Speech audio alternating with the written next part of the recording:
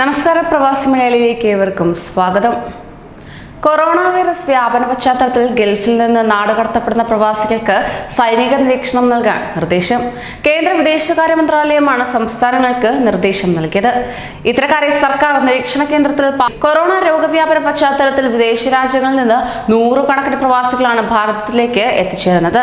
എന്നാൽ തന്നെയും ഇത്തരത്തിൽ രാജ്യത്തേക്ക് എത്തുന്ന ഗൾഫിൽ നിന്ന് നാടുകടത്തപ്പെടുന്ന പ്രവാസികൾക്ക് സൈനിക നിരീക്ഷണം നൽകാനാണ് കേന്ദ്ര വിദേശകാര്യ മന്ത്രാലയത്തിന്റെ നിർദ്ദേശം വ്യക്തമാക്കിയിരിക്കുന്നത്. നാടുകടത്തപ്പെടുന്ന പ്രവാസികളെ കൊറോണ കെയർ സെന്ററിൽ പാർപ്പിക്കരുതെന്നും നിർദ്ദേശം നൽകിയിട്ടുണ്ട്. എന്നാൽ സൈനിക നിരീക്ഷണത്തിന് വേണ്ട സഹായം അതാത് സംസ്ഥാന സർക്കാർ നൽകണമെന്നും നിർദ്ദേശമുണ്ട്. നാടുകടത്തപ്പെട്ട പ്രവാസികളുമായി ഞായറാഴ്ച ബഹ്റിനിൽ നിന്ന് 127 പേർ കൊച്ചിയിലെത്തും. ഇവർ വിമാനത്താവളത്തിലെത്തും മുമ്പ് PCR ടെസ്റ്റിൽ വിധേയമാക്കും. ഫലം പോസിറ്റീവ് ആകുന്നവരെ തിരികെ അയക്കും. ചൊവ്വാഴ്ച ഒമാനിൽ നിന്ന് നാടുകടത്തപ്പെട്ട 47 പേർ എത്തുന്നതിനാലാണ് കേരളത്തിന് ഇത്തരം നിർദ്ദേശം നൽകിയിരിക്കുന്നത്.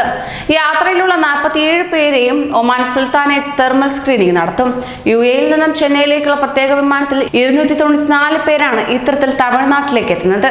ഈ മാസം 19-ന് അമൃത്സറിലേക്ക് അമേരിക്കയിൽ നിന്നും എത്തുന്ന വിമാനത്തിൽ 161 പേരാണ് എത്തുന്നത്. ഇവരെ തെർമൽ സ്കാനിംഗ് നടത്തിയ ശേഷമാകും പഞ്ചാബിലേക്ക് എത്തിക്കുന്നത്. ആയതിനാൽ തന്നെ മുൻകരുതലുകൾ സ്വീകരിക്കാനും നിരീക്ഷണം ശക്തമാക്കാനും പഞ്ചാബ് സർക്കാരിനും നിർദ്ദേശമുണ്ട്.